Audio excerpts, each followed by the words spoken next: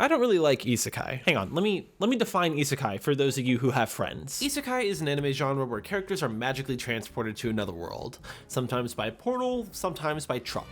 In most cases, the setting will be fantasy-esque with a dash of video game inspiration, and our protagonist now has to go on an epic adventure in order to return home or to save their new world. I don't really like isekai, at least as far as I can remember. Whenever my friends tried showing me one of these, I tended to think that they were pretty samey. A lot of these stories are about losers who become edgelord god killers who are too strong for the plot to matter. A lot of these have animal people for 13-year-olds to get a little too curious about. A lot of these stories are pretty boring to me. But maybe I'm being a little unfair. The last isekai I watched was the stupid vending machine one, and other than that, I probably haven't watched more than an episode of one of these since 2019. I remember not liking it, so I don't now. But that's kind of lame, isn't it? Now that I'm a little older and a little more willing to give things a shot, who knows what I'm gonna end up liking? I mean, after all, I enjoyed the vending machine anime. I reviewed it, by the way. But that's why I decided to watch 3 isekai I hadn't heard of before. I watched In the Land of Leadale, Isekai Cheat Magician, and Chillin' in Another World with Level 2 Super Cheat Powers. Christ help me. Isekai Cheat Magician is a weird one to start with, but honestly, none of them would have been a necessarily good one to start with. I chose this series from Crunchyroll's catalog because it seemed like a fairly typical isekai, for lack of a better term. I thought that it could help me sort of dip my toe back into the waters of the genre, and for better or worse, it did exactly that. Just to give you a sort of idea of what I was walking into, I'm gonna read you the Crunchyroll description for the series, like the one the website actually gives you if you think about watching it. Nishimura Taichi is a typical average high schooler, and Azuma Rin is a beautiful woman with the build of a model and excellent reflexes. The two live a normal high school life until one day they're suddenly enveloped by a mysterious magic circle and transported to an unknown land. If that doesn't scream peak fiction to you, I don't know what will. Luckily though, the description doesn't just give us the setup for the series, it also tells us everything we need to know about our two main characters. Taichi is an average guy, and Rin is conventionally attractive. And these are their only character traits. So now that they're in this new world of theirs, they're immediately attacked by an obsidian horse, until they're eventually saved by a group of local adventurers who promptly burn it alive. They take them back to the village guild hub, and it turns out that they're so bananas off the charts that the guild doesn't really know what to do with them. They're sent to the middle of nowhere with a guy named Muller so they can meet a mage who will probably know what to do. Speaking of which, this is Lamia. She's the strongest mage in the area, because of course she is. She retests them, and shock of all shocks, they've got a million billion magic points. And naturally, she agrees to take them on as her apprentices. This is a fine enough start, I guess, but Taichi and Rin don't have much in the way of personality. Who could have guessed? Average guy and body of a model high schooler aren't enough to keep me interested in a series. But to be fair, we've only talked about the first 2 episodes of the series. Surely, over the course of the first season, one of them would get a personality, right? Nope. It's actually sort of remarkable how little Taichi gets character-wise. I don't know what he likes, what he doesn't, what he's afraid of, or what gets on his nerves. Nothing. I don't know if Taichi misses his family? You'd think, or at least I'd think, that in a story like this, leaving behind your world is a big deal. If I were suddenly plucked away and plopped down in a new world, I'd be mortified at the thought that I may not see my loved ones again. Taichi though?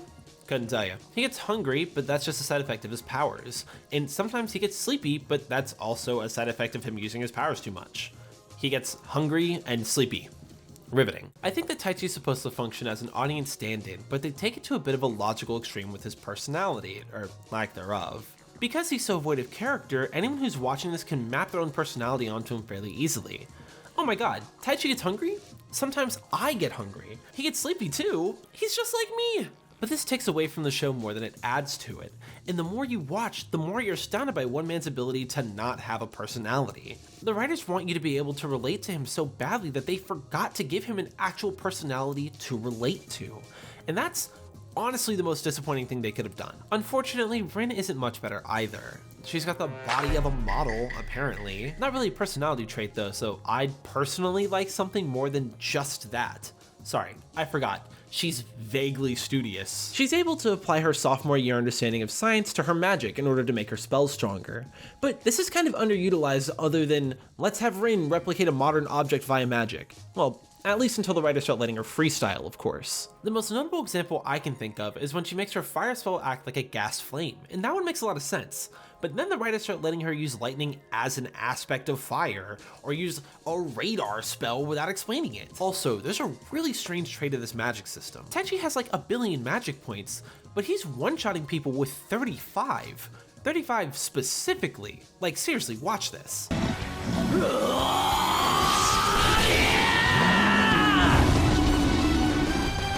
Jesus Christ. This real lack of character was a big red flag for me when I was starting the series, and I hate to say it, but it never really got better. Of course they care about their friends, but that's not enough to constitute an entire character on its own. Of course they want to get home, and spoiler alert if anyone gives a shit to watch Isekai Cheat Magician, but eventually they find out that doing so isn't even possible. You know what they do when they find out? Nothing! The other characters aren't much to write home about either, but they've at least got some stuff to work with. Lamia's good at magic, and she's clever, and that's about it. Muller is also clever, but she's good with melee combat, and that's about it. I'd like to talk about more characters in this, but I don't remember any of their names. This is all fine. A little disappointing, certainly, but it's not actively terrible or anything. No, the first actual issue I have with the series is that it's presented kind of weirdly. I want you to see if this makes sense to you. In episode 3, Taichi and Min are out adventuring. Shocking, I know. To get you up to speed, the price of certain goods is tripled because there's a shortage being caused by some shady characters. The two of them are out looking for a fence and end up getting attacked by these ninjas. To this day, I still don't understand why they attacked Rin and Taichi, but maybe I just didn't lock in enough while I was watching it. The next day or so, Muller asks them to go on a different quest, and we cut to them on the road together. Then Muller has a flashback in which we go to the scene we just left, and we watch them finish the conversation. Why do that? That's really strange, actually. They do this several times throughout the season. Episode 3 is the crew going on Muller's quest to take care of some hooligans who are stealing this poor farmer's fruit. The guy who posted the quest is cool, but Taichi and him have a weird moment where they touch hands, so they're probably into each other if I had to guess. They catch the thieves, and Taichi shakes the guy's hand again and figures out that he isn't a farmer because his hands aren't rough enough. In response, he starts getting freaky. As it turns out, his name is Kasim, and he and his boobed associate Grammy are there to fuck shit up. The girls go to fight Grammy, and Kasim summons an elemental so he can beat Taichi with type advantage. And this is where one of my biggest issues with isekai like this begins to rear its ugly head. Muller and Rin are fighting Grammy, and while Taichi has like a billion kajillion magic points, we can't forget that Rin is also super strong for some reason.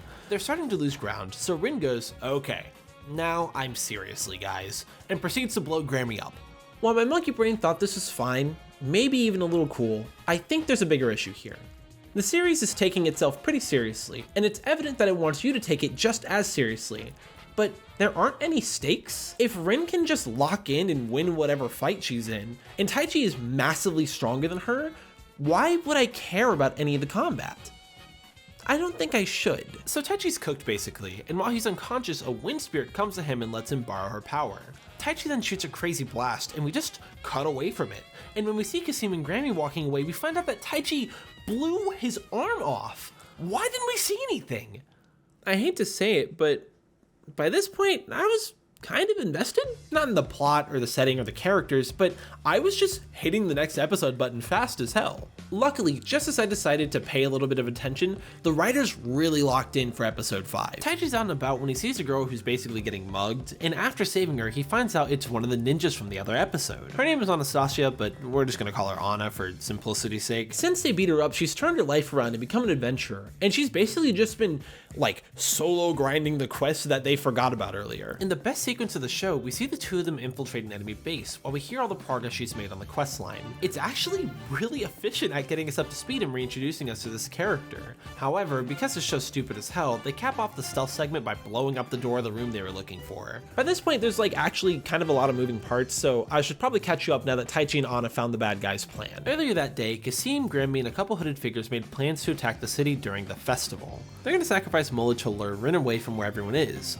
and while she's gone, they're going to release 3,000 monsters to attack the city. Unsurprisingly, Rin saves Muller, and while they're going to the city wall to bolster their defenses, Taichi and Anna are handling the monsters inside the city. Shock of all shocks, these don't take much effort for either of them. Rin uses a steam explosion to take out more than a decent chunk of the opposing army, and Taichi just brute forces his way through the goblins that are under the city. That was easy. If it wasn't apparent, the conflict in the show is kind of meaningless. Like I said earlier, Taichi and Rin can kind of just go, alright, time to lock in, and clear whatever obstacles in their path.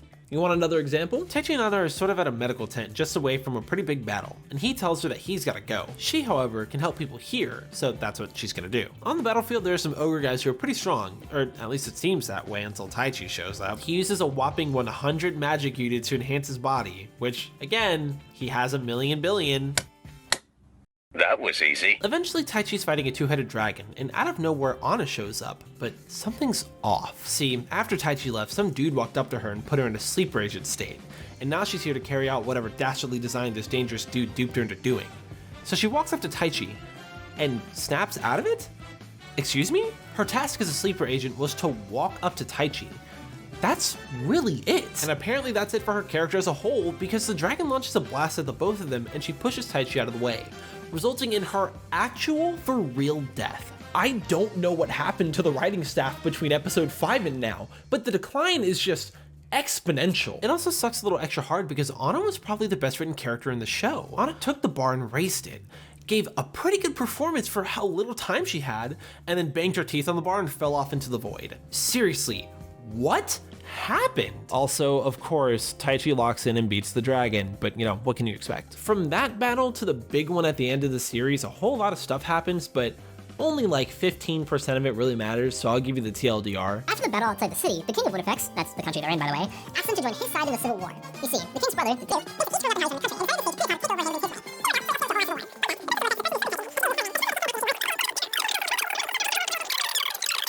Let's slow down a bit.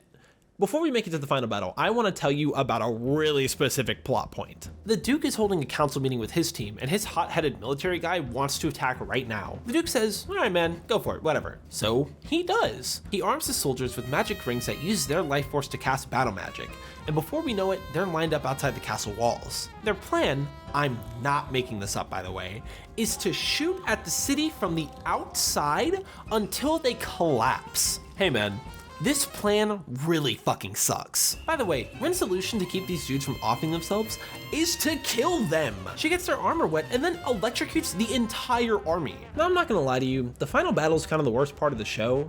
It's not like particularly egregious or like extraordinarily horribly written or anything. It's just really boring. The two armies are going full force and everyone pairs off with someone who's supposed to be their match. Ren is gonna fight a barbarian who's totally a lesbian and is totally into her. Muller's gonna fight an incel, Lamia's gonna fight an incel, and Taichi decides to just go talk to the Duke. He asks him to stop the fighting, which, you know, doesn't work, and then his advisor decides it's time to raise the stakes. He uses a spell called the Bloody Rhapsody, which Lamia says is responsible for the greatest massacre in recorded history. So Taichi's spirit, whose name is Eri, but it's about to change to Sophie, stops time and then tells him they've achieved a perfect union, so he now has access to her full power.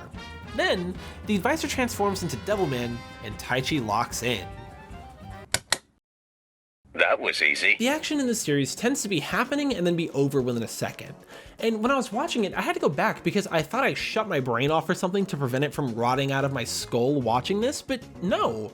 It really is just over that quickly. As far as the series wrap-up is concerned, the Duke is executed and life kind of moves on. There's a decent amount of pondering over that woman who's pulling the strings, but I don't think the series is getting a second season, so who knows how it'll turn out. Wow, what a 12-episode anime. I don't know if this series exceeded or fell below my expectations. It probably did both. But for example, like the interpersonal relationships between people who aren't Taichi and Rin, they're not bad. There are good scenes scattered about the place. Like everything with Ana was really good, except for when they decided she shouldn't be in the show anymore. Really weird that they did that, by the way. But speaking of Ren and Taichi, they're both so bland they make British food laugh. They have no more personality outside of I love my friends and innocent people shouldn't die.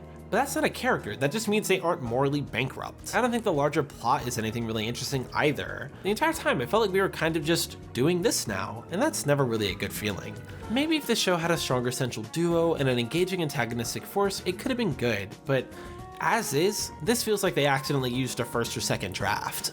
There was some good in this, and there was definitely some bad, so overall it kind of balanced out to be a remarkably neutral watch for me. I don't know if this is a positive sign of things to come or a negative omen, so I'm gonna hope it's the former. I'm begging you, Master, please let me serve by your side. I definitely don't want you to be my slave. I have zero desire to own another person like that. Stop! Stop! Whimpering won't change my mind. I said no and I mean it, okay? It's not the former. Chilling in another world with level 2 super cheap powers, which I will be shortening so I don't put myself to the brink of insanity while I'm editing this, is possibly one of the most frustrating watches I've sat through. In retrospect, I'm really glad I didn't end up watching this one first because it confirmed just about every bias I had against this genre, and I wouldn't have given the other ones a shot. Confirmation bias? More like confirmation baddest? I'll think of something better, you just gotta give me a second here. Yes, I will. I'll gladly be your wife. A spousal to an alpha mate. It's the highest honor in Lupin culture. I can't believe I get to marry a husband as strong as you. I'm the luckiest pup in the bag. Confirmation bias? More like confirmation shit ass? No, that's not quite it either. It's a little difficult to put into words what exactly makes Chillin' in Another World such an agitating watch. It's got the grab bag of regular isekai issues, non-interesting main character, your standard run-of-the-mill soft harem situation, a nondescript and weirdly negligible war between the demon and human races, but it's also got a handful of new issues I couldn't have imagined anyone would be able to screw up. What's the premise of an isekai? You're transported to another world, right? Well, what if I told you there's exactly one difference between Banaza's home world and his new one? See if you can catch on to it before I tell you. Our main character Banaza is a merchant, and he seems to be closing out a work day. He has some demi-humans helping him unload a carriage, and when they're done, he pays them, to the dismay of several bystanders. Yeah, these guys are slaves, and Banaza's a weirdo for wanting to pay slaves for their work. This is the only thing we learn about this world before Banaza gets summoned to the new one. I wonder why this is the only thing we learned about this world before Banaza gets summoned to the new one. Banaza appears in the royal capital of Fantasy Kingdom 41. He gets assessed, and it turns out that he has the stats of a regular guy, which is pretty disappointing for everyone in the room. However, a mere 45 feet that away, another dude gets summoned, and he has 999 for all of his stats. Everyone stops caring that Banaza is there anymore because someone so amazing showed up, and he goes on to be the kingdom's chosen hero. The king levels with Banaza and tells him that they can't send him home, so they're gonna set him up with a plot of land 20 days north, 10 bucks, and a royal apology. They stick him into the back of a cart, and hey, a demi-human's driving the carriage. We have those back home. So Banaza asks him if he's a slave for the kingdom, and the guy goes, no, what the hell? And Banaza goes, are you sure? Demi-humans are slaves where I'm from. And the guy goes, yeah, that's super weird, don't talk to me. This actually gets even funnier in about 5 minutes, if you can believe it. So they finally make it to the woods, and Banaza's given a bottomless bag, and it works the same way as the ones in his old world. He pulls out a sword and is immediately attacked by 3 slimes. And after making quick work of them, he levels up to level 2, and his stats are replaced by infinity signs in each category. What can only be described as Siri tells him that the forest he's next to is full of demons, and asks if he wants to purify it. He says sure, and after purifying the forest, he reaches level 367. There's a whole lot of stupid going on here, but instead of just yelling at the camera, I'm gonna ask a lot of questions. Firstly, we're 12 minutes into episode 1. What the fuck? Why is everything functionally identical to Banaza's home world? He says that the bottomless bags work identical to the ones in his old world, so does that mean the video game stuff is all the same where he's from too? He's a grown-ass man, so if he has the video game interface at home, why is he still level 1 when he gets here? Why doesn't he seem the slightest bit alarmed or confused at the fact that he jumped 365 levels in less than a minute? Also, when he does a purification spell, it takes about 1/3 of his mana. But doesn't he have infinite mana? You know what 1/3 of infinity is, right? Infinity! Why is the only thing that's actually different about this world from his old one the fact that demi-humans aren't slaves? Seriously, I'll ask again.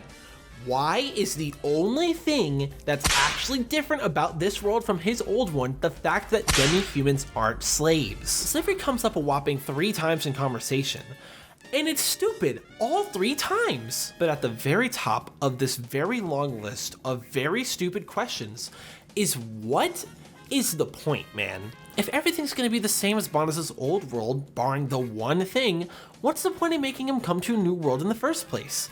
Just tell a fantasy story. We're 12 minutes in, and it's already grossly apparent that this show doesn't try to be interesting on a level deeper than flashing lights on screen. At this rate though, if I wanted to look at flashing lights, I could just turn my flashlight on and off into my eye and I'd probably still come out in a better mood. Why am I doing that? Oh my god, I can still see it. So Banaza wants to go into town, and he figures he should probably disguise himself. So he slaps on a pair of boobs and then decides he'd rather look exactly the same as he did before. He teleports over and goes to the guild hub, where he runs into a kid asking for help getting back to the forest where he just came from. Of course, since he can teleport there, he says he'll take her. However, 4 adventurers who are there say no one can teleport, and clearly Banaza's actually a pervert who's gonna kidnap this kid. Monisa, who's going by Fleo now, I should probably mention that, says that he's not, and that he can take all of them if they want to come too. They take him up on the offer, and he does, but something's wrong. The little girl's looking at the woods and goes, dude, I swear to God there were demons in there when I was here last. What happened? Flea's about to spill, but Siri tells him that it's dangerous to tell a demon that you've used purification magic, because the little girl is, in fact, a demon. Then the adventurers step forward and tell Fleo that they're sorry for wrapping him up in this, but they've actually been keeping tabs on this kid. She keeps luring adventurers away without them coming back, and they got suspicious that she was up to something. Wait a minute, if the girls were tracking the demon, why didn't they just offer to take her instead? Why were you letting some poor dude take her up on this mission when you know she's a demon? Even stranger, why did the four of you call him a pervert in front of everybody at the guild hub? I have so many questions. The little girl turns into a wolf demon and starts releasing some sort of miasma that everyone but Fleo's incapacitated by. He teleports everyone out, and believe it or not, the guy with infinite stats is winning the fight. The video game system tells him that he should use subjugation magic to make her into a slave, and it's pushing him to do it pretty hard. But remember when Monisa paid the slaves in his own world, so of course he wouldn't do it. Okay. If we keep going beat by beat like this, we're gonna be here all day. The demon is named Fenris, and after profusely begging to be made a slave, the two settle on being a fake married couple instead. Ah, yes, the two options. Wife or slave. As fun as it would be to sit here and tell you that Fenris is a terrible character, I can't in good faith do that, because there isn't enough character for Fenris to be terrible. She simply is. Fenris's entire existence is to be in love with Fleo. She gets a good joke or two here and there, but otherwise her lines are just variations of, I love Fleo, or I'll kill anyone who wants Fleo, or damn Fleo, please let me fuck already. It's just that, over and over and over. It's a shame too, because over the course of the series, she gets a lot of screen time, and part of it is fairly interesting. While she's getting ingrained in human culture, she learns to cook so that she can be a better wife for Fleo. This is pretty endearing, and when she isn't on screen with him, I'd even go as far as to say it's a little charming. But then the writers realized they were straying a little too close to her having a real personality, so they funneled the cooking back into her wanting to bone Fleo. I feel like I'm taking crazy pills here. They just can't let her do anything without immediately tying it back to that idiot. Eventually, Fleo and Fenris lock down a crib, and the adventurers we ran into earlier end up moving in with them. These are Blossom, Bellino, Balirosa, and Baileri. Only one of them matters. Each of them eventually gets a thing, but if you don't like the character, then it's basically just filler until Fleo or Fenris is on screen again. Bellino is a mage with incredible talent, but no mana capacity, so after using one or two spells, they're pretty much spent. Blossom is a warrior with a green thumb, Balirosa learns to not be racist over the course of the story, and Baileri likes horses. Oh yeah, the racism thing probably merits a little more attention than that. This season has a bit of a race war plot going on, but it falls into a really specific storytelling pitfall. There's a war going on between the human kingdom and the demon race. It would be cool if they could live together. However, demons are constantly exuding Malicium. It's a bargain bin miasma that'll kill your average human within a few minutes. Unless you're a high-level demon like Fenris, you can't do anything about this without an external tool. And because demons are constantly exuding this shit, they can't live near humans without constantly putting them at risk. Now this war's been going on long enough that no one really knows why it started, but if we think about it, I'm pretty sure we can make an educated guess. The problem here is what I like to call Zootopia racism. I don't know if you know this, but the predators in Zootopia are loosely supposed to represent black people in America. They take up somewhere around 10% of the population, they're treated differently pretty much wherever they go, the government is introducing drugs into their community to make them look violent and uncivilized, etc, etc, etc. But do you know the difference between predators in Zootopia and black people in America? The only difference between a black and white person is the color of their skin. The predators in Zootopia are biologically designed to kill and eat the prey, and historically have. When you're writing a story about oppression like this, you can't give the oppressing class a legitimate reason to be fearful of the people they're oppressing. I mean, they're called predators instead of carnivores. I'll let you think about why. Racism is stupid as shit because there aren't differences between races that go more than skin deep. I'm not going to eat anyone. Chillin' in Another World falls into the same trap because everyone's mad at Balirosa for not immediately forgiving the demons when they come over to hang out on the weekend. Excuse me, if they aren't careful about their Malicium when they're near her, she and all of her loved ones will die. I think it's just a little strange, especially when you realize one of the few times slavery is brought up again, it's comparing the literal actual slavery in Fleo's homeworld to this conflict. What a weird choice to commit most of a character's late season screen time to. Throughout the series, it's kind of an open secret that Fleo is ridiculously strong. The king knows it, their core group knows it, the Demon Lord knows it too. And while the king has been sending troops over to harass Fleo, the Demon Lord just sends over a weird cat girl to do some surveillance. Surveillance? More like purveillance. I feel like that one wasn't that bad. Illuminos is one of the characters that kind of just irritates me more than they reasonably should. This character's a cat demon, so of course they do the thing where they make every word she says have meow in it somehow. Hey guys, I don't know if any of you in my audience are aspiring authors, but if you put this in your story, so help me God, I'm gonna combust. Illuminos challenges Fleo to a fight and he wins with his bondage spell, and it's over just like that. She comes back the next day with a bunch of dragons, and I want you to guess if this takes more than 5 minutes. Wow, they're actual dragons! I've never seen one! Is that because the world you came from didn't have dragons or what? Yeah, it did, but they were kind of rare. They're doing it to fuck with me at this point. Ganondorf comes over and they break bread, and honestly, he's a pretty cool guy. He's not there to fight or anything, he isn't even personally interested in the war at this point, but Fleo very clearly represents a credible threat to his people, and he kinda just wants to see what's up. Luckily though, Fleo wants to keep chilling in another world with his level 2 cheat powers, and Ganondorf is pretty cool, so they don't mind when he comes over just to hang out. Except for Ballyrosa. However, when the king hears about this, he isn't too pleased. He sends a hero over to Fleo to force him to join the army, and in response, Fleo just picks up the house and moves across the country. Before we talk about the finale, there's a character I need to introduce you to, but it's gonna require a little bit of setup. By the midpoint of the series, the hero's been fired because he's basically horrible at his job. He's raiding the castle treasury with one of the girls from his harem when he finds a talking sword in a stone. The sword tells him that if his pullout game is good enough, he'll get 3 wishes, and his first wish is to kill Fleo. The djinn that was trapped in the sword then appears behind Fleo and attacks him, but the system activates his auto defenses. Unfortunately though, Fenris also happened to move in front of him to block the shot. While he's getting ready to give the djinn a concussion, he acquires her grade of magic and, without noticing, rewinds time so Fenris comes back from the dead. Oh, sorry, I didn't realize it was my line. I've watched series with a serious lack of tension, but Chillin' in Another World takes its title a little too seriously. Fleo is infinitely strong, and as a result, he's basically chillin'. But then the series will try to make you care about serious moments like these, and that kinda just doesn't work. It's one thing to make him be able to just revive her, not that I think that's much better, but he literally did it by accident, and then he doesn't notice that he did it. You've either got to show Fleo as the god that he is, or make him weak enough that these events aren't literal inconveniences to him. You can't have it both ways, and the show does stuff like this all the time. An annoying cat girl pulls up with a horde of dragons, use literally one spell. The king is harassing you? Pick up your crops, your house, and your spouse, and move to the other side of the country. Your wife gets killed by what is essentially a deity? Don't even worry about it, man, we've got you. Just go beat the shit out of her or something, I don't know. One of the only ways premises like this work are through the supporting cast, because while Fleo may be unstoppable, the people he cares about aren't. But I mean, if you got infinite magic and Ciri in your corner, what can't you do? During their fight, the djinn, her name is Haya by the way, realized that Fleo has infinity for stats, so after he beats her, she begs him to make her his slave. Why is this a thing? Why is this such a thing? She ends up just wanting to watch Fenris and Fleo do it because he's basically Lisan al-Gaib, which is possibly the last way I wanted this character to turn out. The next episode, the stone the talking sword was in also starts talking, and it ends up possessing the hero's girlfriend and turning him into a monster. But when you've got God and God, it's not like anything can really bother you. Seriously, one of the most powerful witches in history is attacking their town, and Fleo says nope, and quite literally stops the attack with a snap of his fingers. Just like with Isekai Cheat Magician, the finale of this show isn't particularly egregious when you compare it to the rest of the season, but a couple of the choices made were really strange. Fenris wins a family ticket to a spa, so they take Ganondorf, his cat, and the girls and head out. I don't know why it's just Japan. I think the author just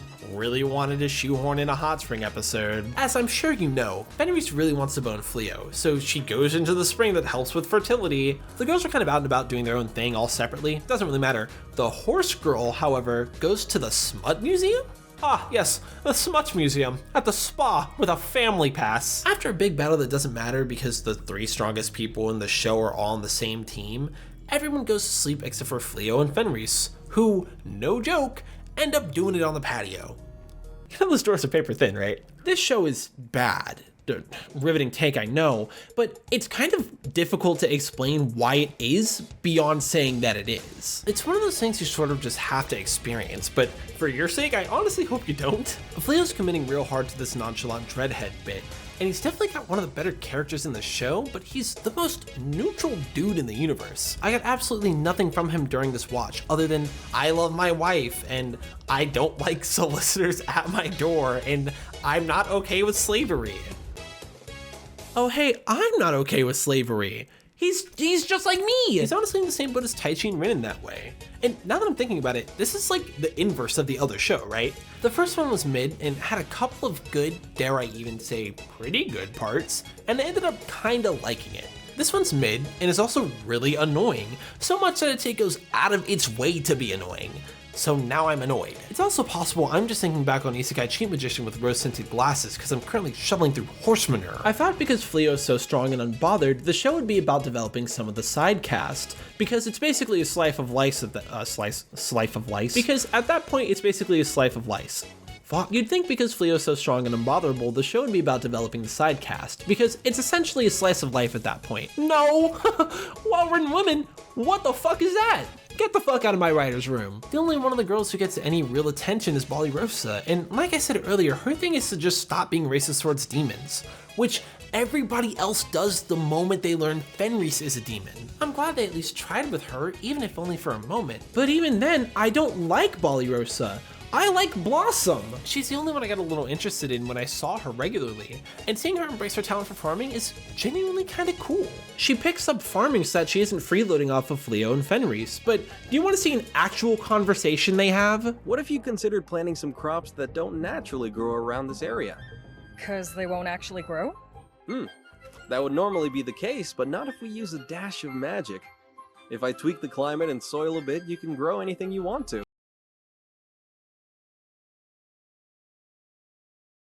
Said, this show reads much more like a slice of life, and that's fine, but it's also trying to be an adventure story, and none of those aspects really work together. In my eyes, a slice of life series only works because you relate to the stories and struggles of the main character. But when you're playing in creative mode, there's no struggles to relate to. In my eyes, adventure stories only work if we understand the conflict and want to see our characters make a difference, either in their life or in the life of the people around them. But with Chillin' in Another World, there's no conflict. At least not any conflict that matters. The only conflict I can think of is Ganondorf not being able to come over. And if we're being honest, it's not an issue either. I said the show was like mid to annoying a minute ago, but now that I've been ranting for a minute and I've thought for a moment more, the fog is lifted from my eyes. This shit is shit from a butt. Don't watch it, it's not worth it. After finishing both of these shows, I began to doubt whether or not this video is even worth it in the first place. Sure, I'd still make the video, and I'm sure I'd still be happy with the final product, but it's not like I'd be happy about where we ended up. I still had to watch the shows, and while wasting 13.5 hours just to say, yeah, Isekai is shit, sounds funny, in my heart of hearts, I'd hope there'd be some good that came from this little adventure. And then... Eat my butt!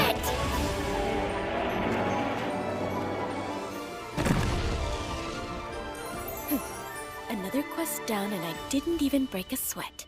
It's kind of hard to explain why I think In the Land of Leadale is so good without just saying the show is good. We may as well start with comparing it to the other shows since they're fresh on my mind. While Isekai Cheat Magician is an adventure fantasy story and Chillin' in Another World is a hopeless mess of tone and genre, In the Land of Leadale is decidedly a slice of life. There's no larger overarching story, or not one that really matters anyway.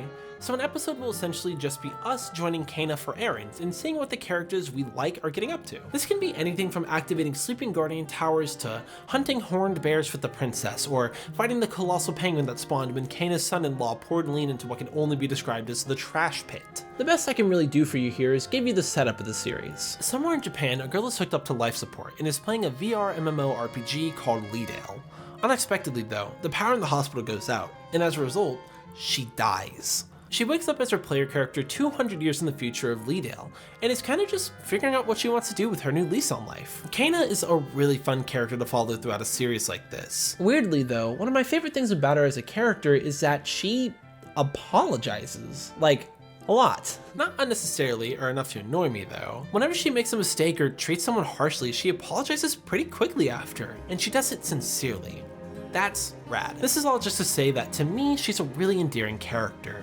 She's genuinely kind, but she does have a bit of a temper when it comes to her kids. Oh yeah, the video game Leadale allowed you to raise NPC children, and since Kane is an elf, her kids are probably just out there somewhere. And I mean, why not go look for them? It's not like she has anything better to do. With this setup alone, we negate a lot of the issues I have with Isekai in this video and in general. Like, immediately. Why doesn't she care that she was summoned to another world, leaving everything she knew and held dear? I mean, you look at her. Does this look like much fun? Why does this world follow video game rules and ideas? Because she's her player character in this world. No one else can even see or hear the video game stuff. They've got to learn magic at an academy or learn a skill through a trade. Why is she so much stronger than everybody? She's level 1000 and canonically spent somewhere between 20 to 30,000 hours in the game.